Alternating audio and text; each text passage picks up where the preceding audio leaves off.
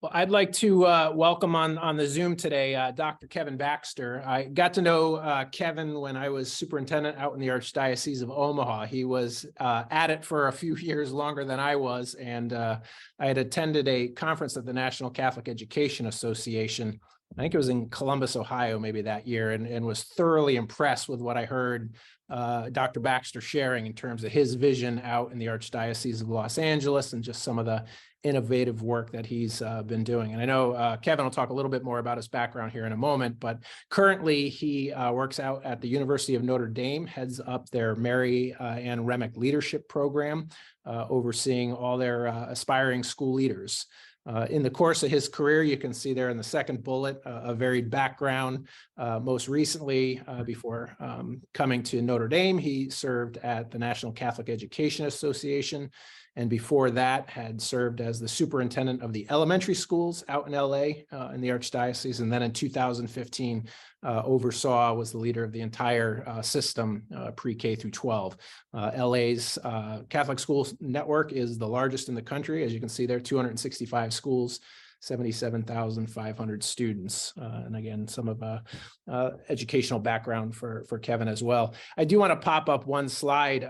Coincidentally, Kevin was one of two Catholic school leaders that was the backbone to my own dissertation. So about 6 years ago, when I was going through my doctorate work, I was very much enthralled with where across the country are we seeing Catholic schools that have somehow turned the story around from the declines that many of you are very familiar with, turn the enrollment declines, the school closings, turn that around. And through a lot of data and research, kind of ruling out systems that had a tremendous amount of growth of students or growth of a Catholic population, ruling out school choice states.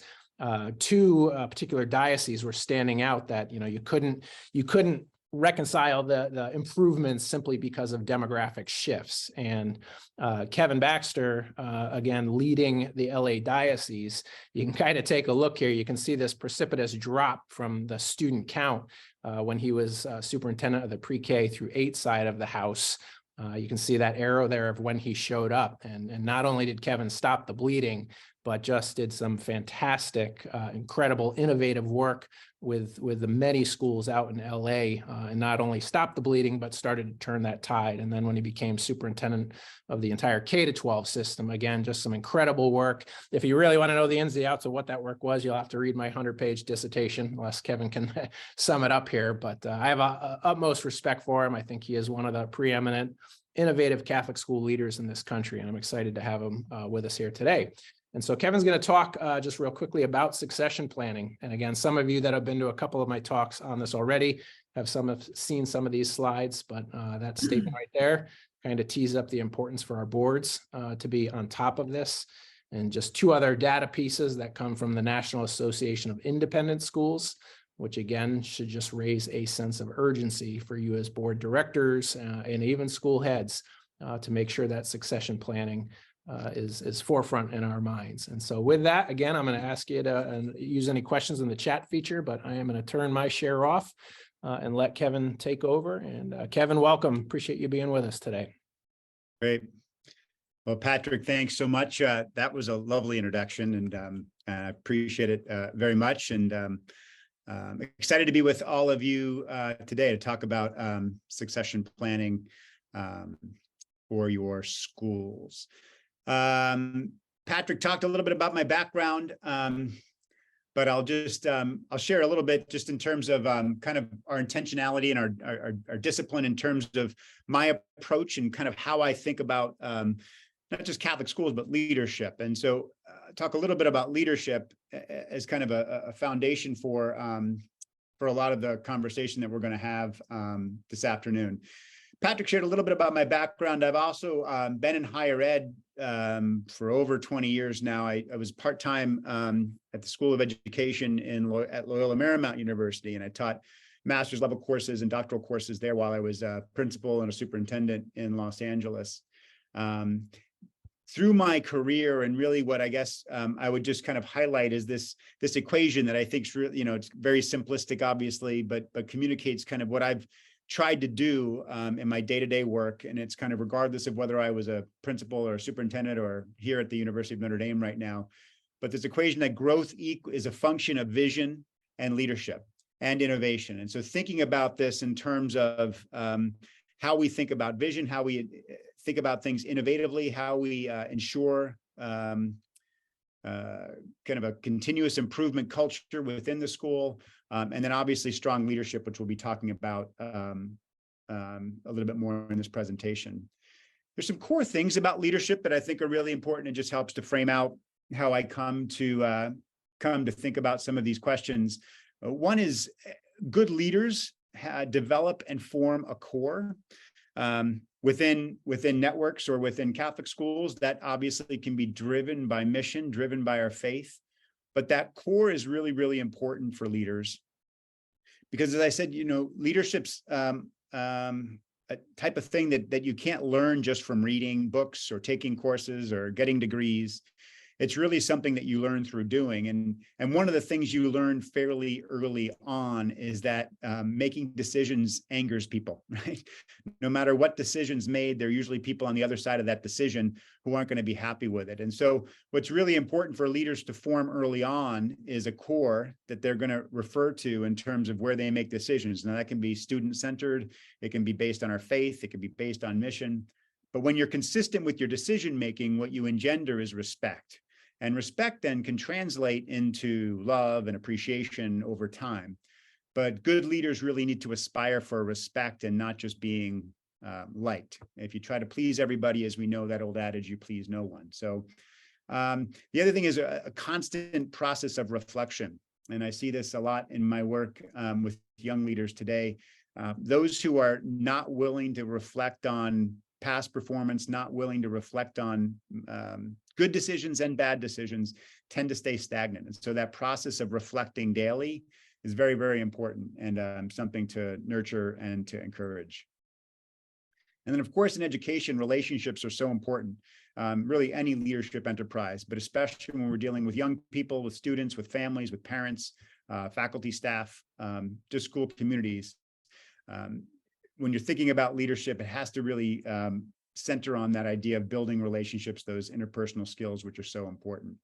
And then this pebble metaphor is something I've used over my career, but really thinking about what are those small, simple things that you do on a daily basis to solve the big problems that you might be faced with. And every school has problems, every school has challenges, every school has big issues that they want to address and they want to take care of. And if we look at them as a big whole, oftentimes our human inclination is to go find a big boulder to fill that hole. And what I tell people really honestly is that there's no big boulder. You got to show up every day and just drop a little pebble in that hole. And good leaders help to inspire others to come and drop a pebble in the hole. And that's how leadership can be effective. So that's just a little bit of my background, again, how I come to be kind of with you today and some of my perspective. So just talking about succession planning, and I know Patrick's mentioned that he's talked to you about this, or he's had other sessions on this, but I think the key word when we're thinking about succession planning is the planning part. Without a clear plan, the likelihood is significantly higher that you're going to hire a substandard leader. And if you hire a substandard leader, then that obviously leads to other problems down the road. So the plan is really, really important because you want to be positioned in such a way that you're best able to hire the highest quality leader you can for your school community. Planning also gives you some time to really make the decision that you want to make. And so if you have a plan in place and you have an unexpected transition, that plan allows you a little bit of grace period to really make sure you're hiring the person who's going to be most effective for your school. It's better to never settle when you're hiring for that top position. I always think a strong leader can help build up those who are in lower level positions. So if you have teachers or assistant principals or others who are at the school, a really strong leader can help elevate them, right? But if you have a substandard person at that leadership level, that top leadership level, the reality is the school tends to follow that path. So it's really important to have a really high quality person and the person that you most want in that role. And then obviously important that change can come either with or without notice. And so it's really important when you're planning for this that you're thinking both about that unexpected transition that could happen at any time or an expected and planned one. So thinking first about this kind of unexpected change, Patrick shared some data. I found this, the NAIS, and the source is down there at the bottom of the slide. In 2010-11, 8% was the rate of unexpected turnover in head of school positions in independent schools. And then by 2019-20, which was a COVID year, I should add, but that jumped to 21%. But the other data that Patrick was sharing also indicates that you're seeing more and more of this turnover in the head position. And so being prepared is really, really important. When an unexpected change takes place, that comes with stress and some level of emotional uncertainty, right? No one's really prepared for this. So a succession plan in this scenario really helps to provide some stability in that regard. A succession plan should have an interim leader. So one of the pieces of this planning process is with an unexpected transition, there should be an interim leader identified. Now that could change year to year, obviously personnel change or the board wants to make a different decision, but you should have that plan in place so that it doesn't, you don't have to approach somebody or seek out somebody to fill in as that interim leader when that unexpected change occurs. The other thing about unexpected changes is there's a lot of communication that has to take place, reassuring the community. There are sometimes legal questions or uncertainty around those different things. And so all of those pieces should be addressed in the plan so that the board is comfortable with what those next steps should be. And then the communication should really think about all different channels. So the internal stakeholders, the leadership team, the administration, faculty, and staff. Thinking about traditional media, if there's traditional media, local news in your area, that's obviously important. And then also social media, which is obviously a potential source for rumors and gossip. So really thinking about that and how that's going to be addressed if something unexpected were to occur. If a plan's not in place and an unexpected transition takes place, the work and the turmoil is going to be significantly more intense. So that's just a little incentive to really make sure this is something the board is thinking about and preparing for. One of the first steps to that planning process really should be identifying those key characteristics that you want to identify or you want to attract in a school head. And so obviously the first piece for your school community will be driven by mission, driven by faith, driven by those intangible assets that are really, really important. And you'll have a clear job description that spells out the duties and the tasks that the head is responsible for. But the board can spend some time really thinking about some of those intangible characteristics, those things that don't necessarily get put into a job description, but that might be really important for the school community. If there are specific areas of focus or thought. So it's a good exercise for the board to really think about and brainstorm what are some of these characteristics that we really want to seek out in a head. So interpersonal skills, relationship focus, people who can build trust, those types of things. What's important to stress at this point too is there aren't core characteristics. There's been decades and decades and decades of leadership study, and we know more about leadership than perhaps we knew decades ago. But it's still pretty clear that that the research doesn't indicate there are 1, 2, 3 things to do to be a good leader. There are leaders who are effective who might follow one path. There are leaders who are effective who follow maybe a slightly different path. And so there are those characteristics that we know are just good for effective leaders to do their job. But you can have some variance in terms of your brainstorming around some of these questions. So it just gives you some flexibility as a board to think through those in different ways. Other characteristics, obviously, any educational expectations that you'd have, a master's degree, a doctoral degree. And then I like to think of the board's focus really should always have those 2 areas in mind of strategically, how are you thinking long-term? What are the long-term needs of the school, 3 to 5 years? In this day and age, that's long-term because things rapidly change so quickly. And then also specifically about the school itself. And so what are the unique characteristics of this school that might, differentiate us, or that we really need to keep in mind when we're out there seeking a person for the head position?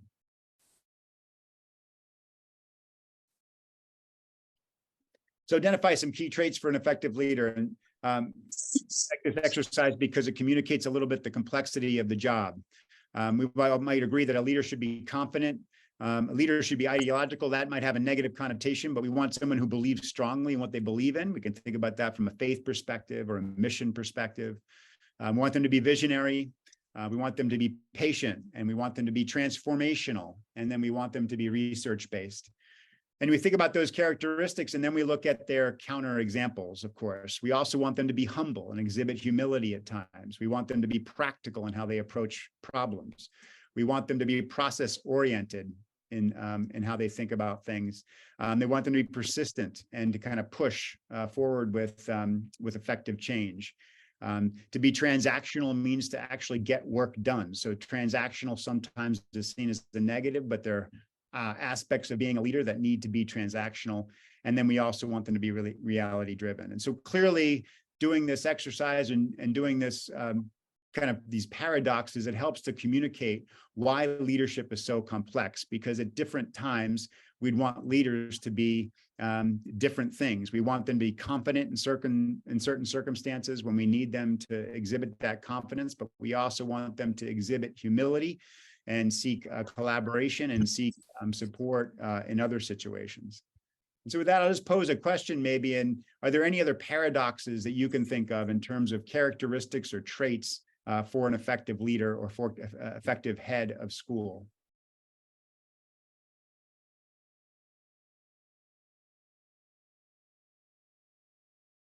Feel free to throw those out too. Anybody, if you want to unmute and share something.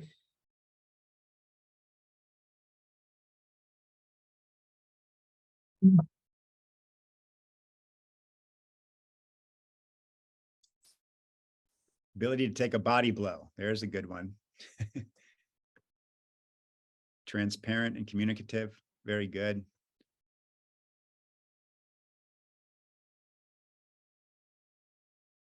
Yeah, and I'd say the body blow one's a good one. You want a thick skin, right? Because you're gonna get that's going to be part of the reality.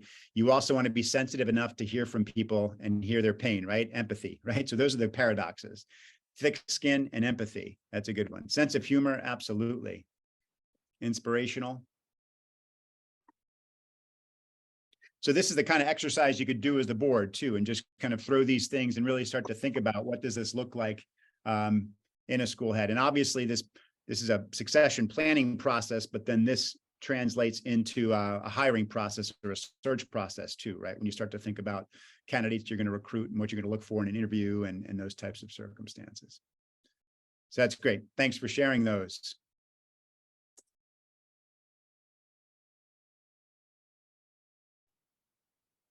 Make sure I didn't, yeah. So another thing to be considering when you're in that planning process, and internal candidates versus external candidates. And so these are two different categories of people you might be considering. And they're pluses and minuses to looking exclusively at one category. So obviously you want to consider both when you're thinking about this from a planning perspective. You don't want to close off all external candidates, for example, or all internal candidates. In general, and these are some generalities, so don't take these as locked in stone, but an internal candidate would make sense if the board is relatively happy with the overall direction of the school. So if you feel the school is moving in a good direction, it's in good shape, then someone who's internal, who's been part of that leadership team or part of that school as it's built its success, that might be a good consideration because that person is going to continue that same path. An external candidate might be best if you feel the direction of the school needs to change. And that's, again, simply for the same reason that an internal candidate might be more likely to head in the same direction that the prior head was leading the school. These, again, aren't absolutes, so it's also important to consider every individual on their own terms, but just some things to think about. Another really important question is to think about the prospect pool in your area. So I deal with dioceses and schools around the country because they'll often reach out and they'll have a principal position, head position, president position, and they'll seek, they'll ask if we have candidates. And one of the challenges they sometimes have is, depending on their demographic area, they might have a lot of schools in their area. So if you have a lot of similar like schools, other Catholic schools, other independent schools, you might have a pool of candidates to choose from in terms of who might be interested in applying for the head position. If you're in a more rural area or an area that doesn't have a number of schools or number of like schools in the same area, then you need to consider this, right? So you just need to think about this in terms of where your pool of candidates going to come from when that search starts. Do you need to think nationally? Can you think locally? And if you're thinking locally, what's local? Is it your general area, your county, your state? So just thinking about all those questions are important when you're going through this planning process. And one caution is to watch for this profit in your own land kind of mindset. I've seen this happen many times, but internal candidates are sometimes judged to a different standard than external candidates. And I think it's most likely because the board or whoever the hiring entity is sees the internal candidate in a number of different roles before they apply. So if they're an assistant head, or if they're a dean or department chair, they might, have come to board meetings, or you see them in those contexts. And so internal candidates sometimes might seem like safer choices, and an external candidate might have more dynamism or just be newer. So that newness sometimes is exciting. And so there's sometimes a tendency to see those internal candidates with a little bit more skepticism. So it's just something to be cautious about. I had this story. There's a school in Los Angeles when I was superintendent. Corpus Christi was up in Malibu, and it was a wealthier school, and they had their principal leave. And so this was an elementary school, but the pastor hired a national search firm to do this national search for their principal. And he said after about 6 months, they went through this process, and he's paid $30,000 to the search firm, and they hired their 8th grade teacher. And so it's just kind of that lesson to be really careful in terms of how you're thinking about this approach. That person in your own land could be a great candidate, and you just want to keep that in mind when you're going through that planning process. In order to have good internal candidates, you want to have a process for developing them too. So this, again, could be part of your succession planning process. And this is something you do want to think long-term about. And so when I was in Los Angeles, we thought about this when we had first-year teachers who came into our system. We started talking to them about leadership on, when we had them down to first go through teacher training. And it wasn't to say that all those individuals were going to surface or rise to the level of administration, but we recognize the fact that teachers themselves are leaders. They're leading a classroom of students. They're leading students through learning. And so that's a leadership role in and of itself. And so we started to talk to them about those leadership opportunities and started to think about other varied opportunities to present them with over the course of their time as a teacher at the school. So these things could be leading a club, running student council, doing the yearbook, coaching a sport, doing band, those types of things that can help expose them to other types of leadership experiences.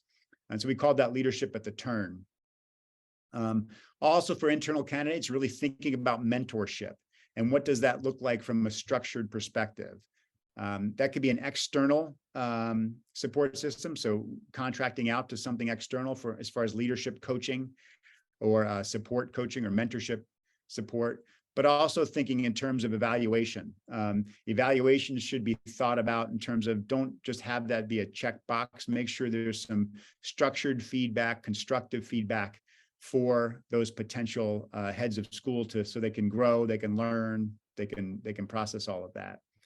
And then just give some tangible leadership opportunities for folks who you think really could be future heads. So things like budget planning, leading faculty meetings, managing staff in some constructive way, dealing with parents, presenting at the board, those board meetings, those types of things really help to just give the experience to the individual, but also allows the board and then others to evaluate and take a look and see how that individual is doing under those circumstances. The broader array of experiences, obviously, the better.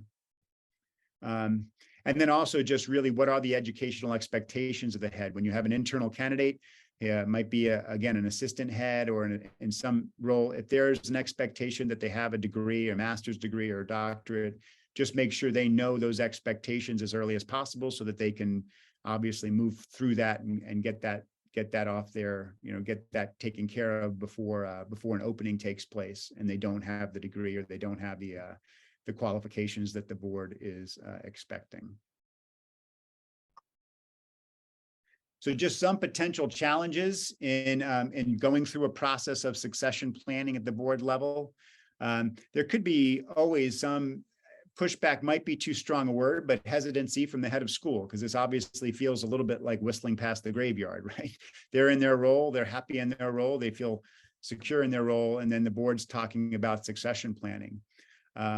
So obviously, just to be aware of that, the way to address that is to be as transparent as possible. The unexpected transitions do occur, and the board's obligation is to be prepared. And so you want to make sure, and any unexpected transitions can be everything from illness to an unexpected move across the country to what have you, right? A spouse gets an incredible job somewhere else. So really just being transparent about the fact that this is the board's obligation to be as prepared as possible. And it's not at all, it shouldn't be seen at all as a comment on the current head's performance or, to prepare for their ultimate, leaving the school. It also should be communicated that strong succession planning does take time to develop. It takes time to develop. And then it also should be something that gets reviewed kind of on an ongoing basis. And so that review and that time really needs to be budgeted and planned for. And then to that end, the other challenge is just making sure that there's time available at board meetings to do this work. And having been on many boards, led many boards, I know if it's not on the agenda, it often won't get addressed, right? And it won't get done. And so it's important not to put it in a miscellaneous category, to really think about putting structured time on the board meeting agenda in order to talk about succession planning. The initial plan could take months to develop, 6 months to develop. I mean, you could take a full year probably to think about these things, but it obviously will take some period of time. So obviously time on the agenda for that preparation process and that development process. But then also there should be a constant process of updating and revising it. We talked about just that unexpected transition. If you've identified an interim leader, you want to make sure you're thinking about that at least on a yearly basis, because that interim leader could leave, right? There could be a transition with that individual. So you want to put time on the agenda to revisit this periodically. And then again, without time structured on the agenda, it's very easy to get other priorities to rise to the top, and then it doesn't get addressed at all. And so just another question just for everyone, can you recall a time in the past on your board when you've had structured meeting time that was dedicated to succession planning?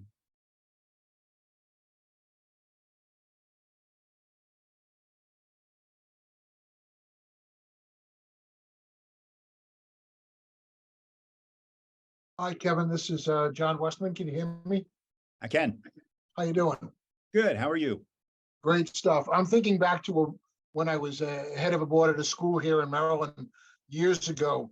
We struggled with when to fit in structuring meetings for succession planning.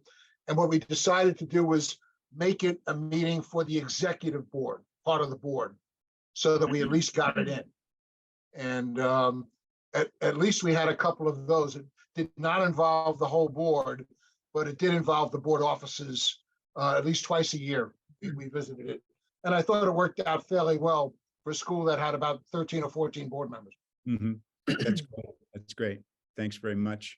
I see Teresa mentioned the governance committee. Again, that's great. Similar kind of thing to have a committee or have the executive committee focus on this, which is a good strategy.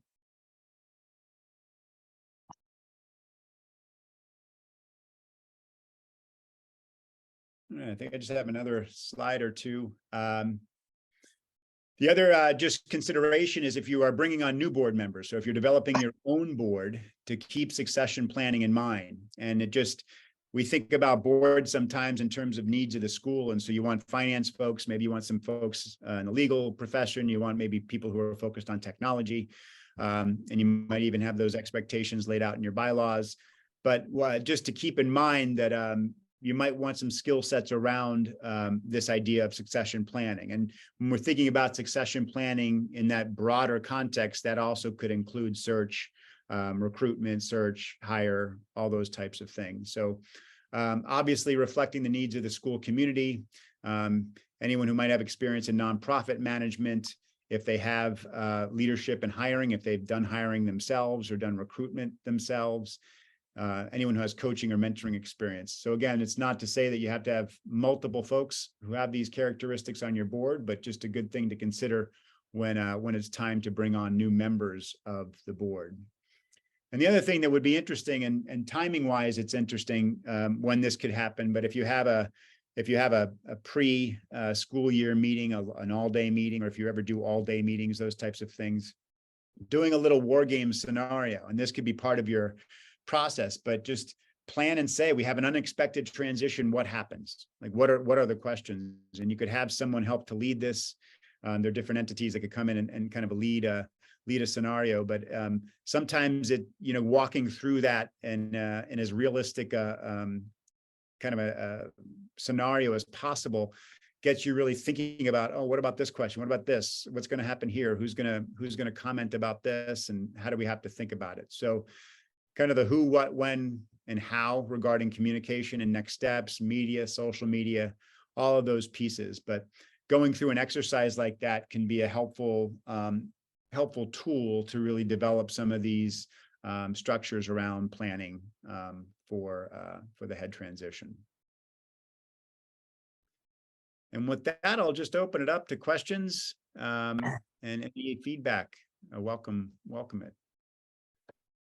Kevin, I'm going to jump in on a question again. Others can unmute and ask, or you can type in the chat. But looking at the developing internal candidates or cultivating that internal talent, could you speak to board's role versus the head's role? Because I think the action on that, a lot of that is going to fall to the head of school to make sure those opportunities are there. But is the board's purview simply limited to, accountability to the head to make sure it's happening? Or, can you just talk a little bit about the role of each party? Absolutely. And that's a great question too. Yes. And how I would see that is as you describe it, when you're going through that process, the head should obviously have a role in this. And so if it is something that the governance committee does or the executive committee does, and it doesn't mean the head has to be part of the entire process of developing the plan, but he or she should be part of it, because it's going to obviously he or she's going to help inform some of these aspects.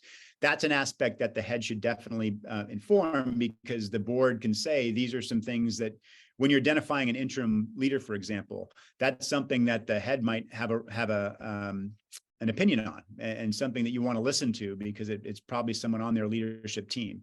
So if there's someone who you feel has promise, so the head says, this is someone who I think has promise, then yes, you can say, we want to make sure, do they have the educational characteristics? Are they getting experiences that are broad throughout the school community? And we'd like to make sure that they're experiencing that. And can you just demonstrate that for us, over some period of time? Thank you. Others?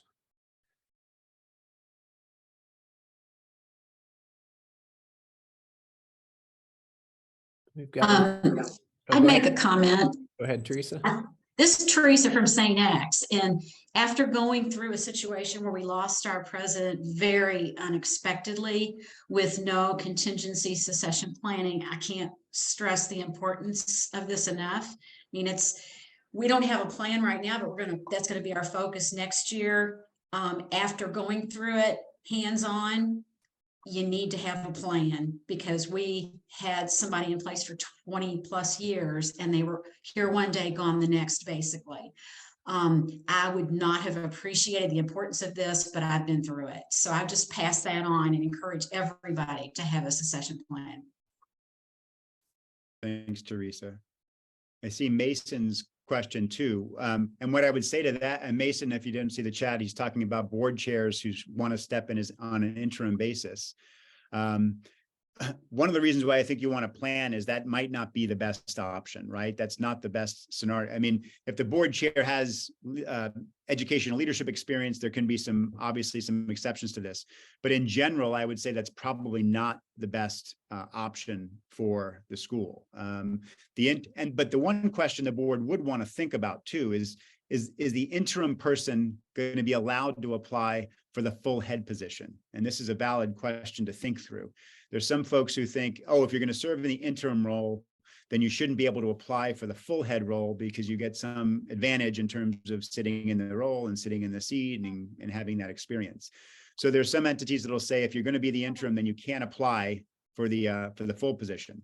Some boards might say, well, we don't have a problem with that. And if you serve as the interim, we think, and you're a great candidate, we want you to be able to rise to that level. But again, just a question to think through. But again, the plan hopefully avoids the fact then that the board chair has to step in as the interim head. Kevin, while we're on interims, I think schools or boards sometimes can have a tendency, if they're particularly, most of our schools are in the president principal model, they might just assume the principal is going to be the obvious interim in some emergency situation. I mean, can you talk about, from your experience, have you seen instances where maybe the principal isn't the best fit beyond what you just shared, that if they're interested in that role, but like, could the CFO or some other advancement director feasibly serve in that role? Sure. What I'll just say about that, I think the way to think about that most clearly is the president and principal roles are different roles, right? Often, and I'll just speak from my experience, but I assume this is relatively similar in your schools, but the president has a mission focus, an advancement focus, a finance, a facilities focus. They're kind of thinking a little bit more externally, if we think about that in general terms. The principal is going to be focused on the academic program, the faculty, the staff, kind of the internal program.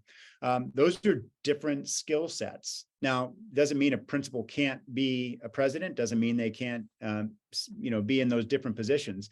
But it doesn't automatically follow that just because they're two leaders at the school, that one can easily be the interim for the other.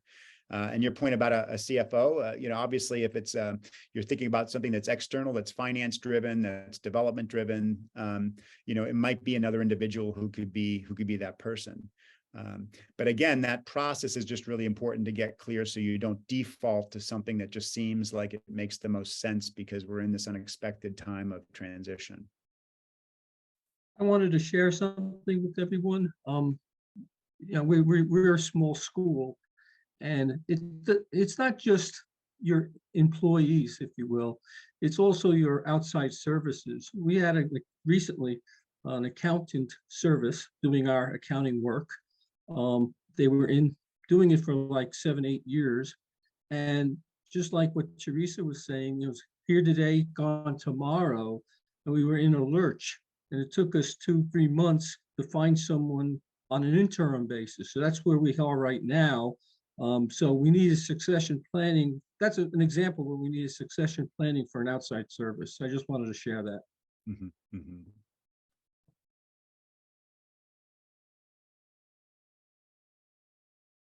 And then is that I think George Andrews talked about the difficulty in finding folks who will take on the role. And so an opportunity for people who step into that interim role. I think that is. This is George. I'm in the Baltimore area. There are many open positions for president and principal that have gone all year without being filled. And people are asking you, headhunters will ask you, well, you didn't apply the first time, you apply again, or will you come in as a kind of a rescue, settle the ship for a year? It seems like a whole new phase, but I think the change for me, and I've been head of school for 25 years, is it has gotten more difficult I'm a president now, to be a principal. Just the incredible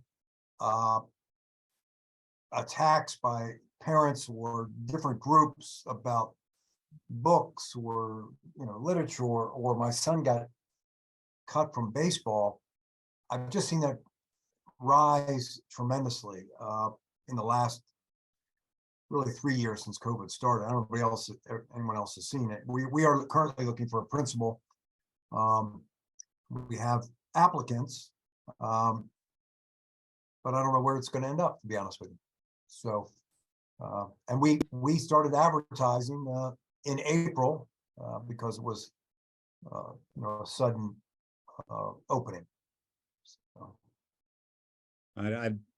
I don't want this to be depressing, but I would affirm everything you've said. And I see this around the country in terms of, I think the intensity level, and I've been a school leader too, and we've all been through this, and we all know the tough skin kind of need for leaders, but I think it is a different level kind of post-COVID in terms of some of people's reactions. It seems like people get elevated to an extreme level pretty quickly.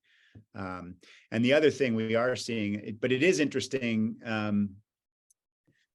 kind of thinking about this from like the independent school perspective, we are seeing obviously shortage in teachers, shortage in principals, even shortages, or I shouldn't say shortage as much as challenges finding people for the role at the superintendent level of Catholic dioceses too. So, but all the more reason to plan, right? To have some place.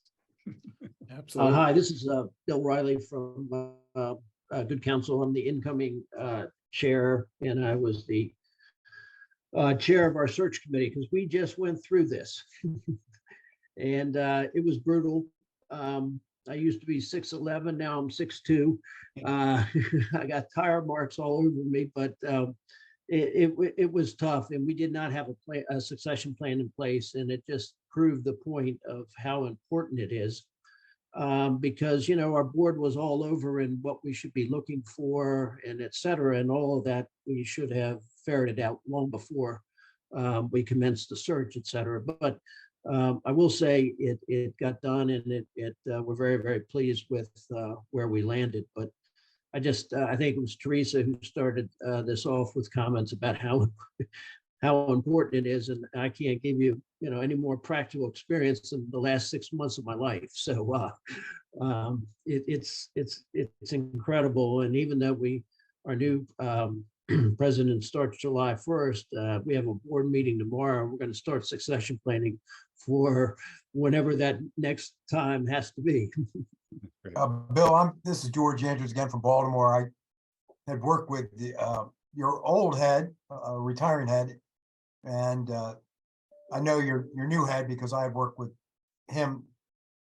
His students would often come here, and he had actually visited in the fall and visited his school. So I think you did well. I think you found a good fundraiser who's committed to Catholic education. So well done. I know it wasn't easy. Thank you. And George, I take it you must be at Mount St. Joe. Yes, sir. Okay. Just a wild guess.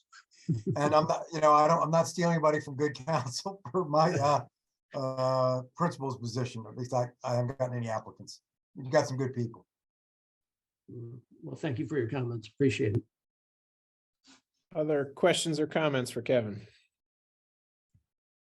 I've got a comment actually from my daughter's school, which is a non-Catholic pre-K through 12 independent day school.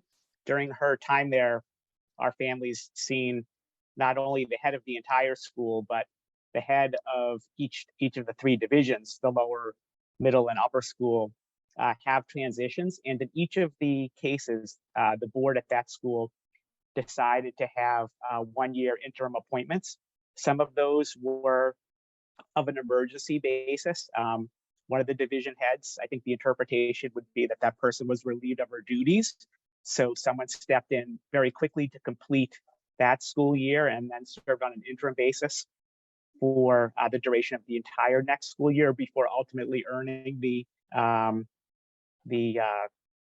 hate to say permanent because none of these jobs are permanent, but the full-time position, and others came on from the outside for a full school year with the intention of only being there on an interim basis. But in all the cases, the board took the deliberative process of setting aside at least a full year process, whether of an internal or external interim appointment to deal with these vacancies. So at least they sort of have a paradigm in place for how they deal with them, whether they're of an emergency or a more planned transition.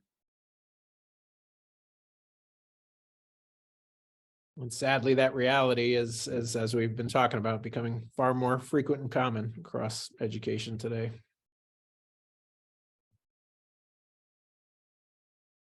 Any other thoughts or questions? I do want to pop up before we sign off and let Kevin go. Board chairs and heads of schools have received this. So there is an XBSS resource that we have pulled together this year. Oh, sorry, I've got a late bus announcement at Xaverian High School in the background. Oh, so this resource is posted on the xbss.org website under board resources. And it basically is kind of a to-do list in terms of building a succession plan at the board level. So a lot of this you can check out at your leisure. There's some minor spreadsheets in there that kind of simplify it down to check boxes in the board's role, whether you're tackling certain things regarding that cultivating talent, the long-term scenarios or the plan scenarios versus the emergency scenarios. And then even a further step, this is something Bill Riley has seen once you're even looking to onboard a new president, what are you doing in terms of that leadership transition process? So there's a resource. I know Good Counsel, our office took Good Counsel through the board through this idea of a transition committee. So these resources are all up on the XBSS website. Encourage you to check that out when you have a chance. But Kevin, thank you very much for your time and the great work you have done in your career and continue to do at Notre Dame. Cultivating these new leaders at Notre Dame to take these roles is of huge importance to us. So we're grateful for your time and everything you're doing. Thanks, Patrick. Thanks to all of you. It's been great being with you.